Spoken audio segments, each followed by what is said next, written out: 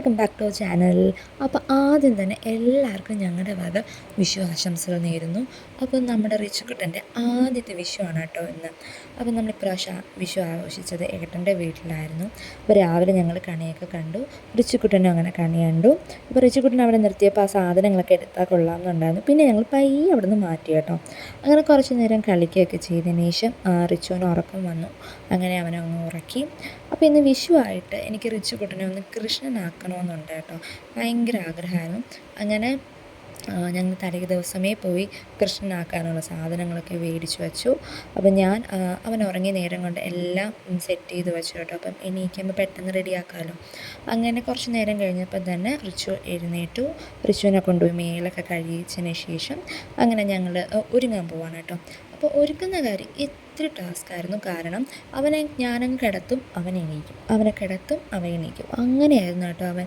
പിന്നെ ഓരോ സാധനങ്ങൾ കയ്യിലൊക്കെ എടുത്ത് കൊടുത്തൊക്കെയാണ് ഞാൻ അവിടെ അവനൊന്ന് മെയിൻറ്റെയിൻ ചെയ്തിരുത്തിയത്. അതേപോലെ തന്നെ സൈഡിൽ ഒരുപാട് സാധനങ്ങൾ ഇരിക്കുന്ന കണ്ടുകൊണ്ട് അതെടുക്കാൻ വേണ്ടിയിട്ട് ഓട്ടമായിരുന്നു കേട്ടോ. അങ്ങനെ എങ്ങനെയൊക്കെയോ കിടത്തി ആ ഒരു മുല്ലപ്പൂവൊക്കെ എടുത്ത് കയ്യിലൊക്കെ കൊടുത്ത് ഇച്ചിരി നേരം കിടത്തി. ആ തക്കം നോക്കി ഞാൻ എന്ത് ചെയ്തു, മുണ്ടുടിപ്പിച്ചു കേട്ടോ. അപ്പോൾ മാലയൊക്കെ കിട്ടിയപ്പോൾ ഇതൊക്കെ എന്താ സാധനം എന്ന രീതിയിലൊക്കെ നോക്കി.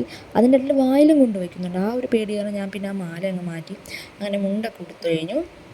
അപ്പം ഇനി ഞങ്ങൾ ചെയ്യാൻ പോകുന്നത് പൊട്ടിടുന്നതായിരുന്നു കേട്ടോ. അപ്പോൾ പൊട്ടിടണ നേരെ ആയപ്പം മിണ്ടാതെ അത് കിടന്നു കേട്ടോ. അതുകൊണ്ട് വലിയ പാടൊന്നുമില്ലായിരുന്നു, പെട്ടെന്ന് പൊട്ടിടാൻ പറ്റി. അങ്ങനെ അത് കാണിച്ചു കൊടുത്തപ്പോൾ റിച്ചുക്കുട്ടി നല്ല സന്തോഷമൊക്കെ ആയി കേട്ടോ.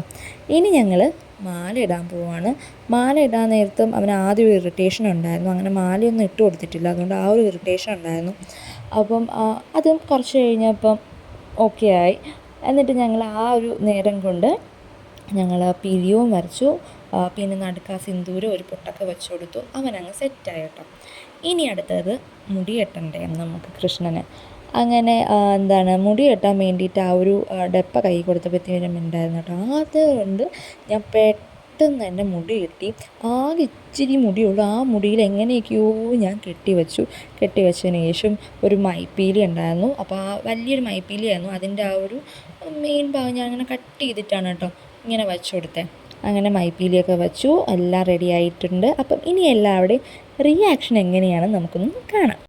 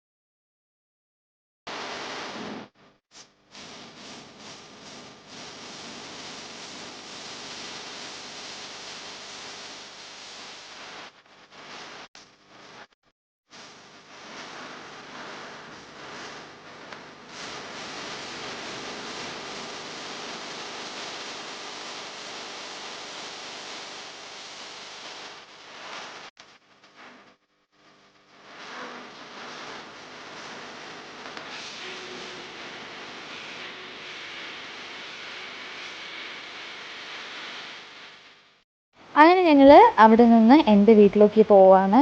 നമ്മൾ റിച്ചുക്കുട്ടനെ വീണ്ടും ഞാൻ അങ്ങനെ കൃഷ്ണനാക്കിയിട്ട് ഇപ്പോൾ നമ്മുടെ വീട്ടിൽ പോയിട്ട് അവിടെ അച്ഛനും അമ്മയും വല്യമ്മയ്ക്കൊക്കെ എന്താണ് റിയാക്ഷൻ എന്ന് നോക്കാൻ വേണ്ടി അവനെയും കൊണ്ട് പോകണം കേട്ടോ. അപ്പോൾ പോകുന്ന വഴിക്ക് ആശാൻ വീണ്ടും ഉറങ്ങിപ്പോയി. കളിച്ച് വീണ്ടും ഉറങ്ങി. അത് കഴിഞ്ഞ് കുറച്ച് കഴിഞ്ഞപ്പോൾ വീണ്ടും അങ്ങനെ തുള്ളിച്ചാടി അങ്ങനെ ഇരിക്കുകയാണ്. അങ്ങനെ ഞങ്ങൾ വീടെത്താറായി. അപ്പോൾ ഇനി നമുക്ക് അവിടെ ചെന്നിട്ട് എല്ലാവരും റിയാക്ഷൻ കാണാം കേട്ടോ.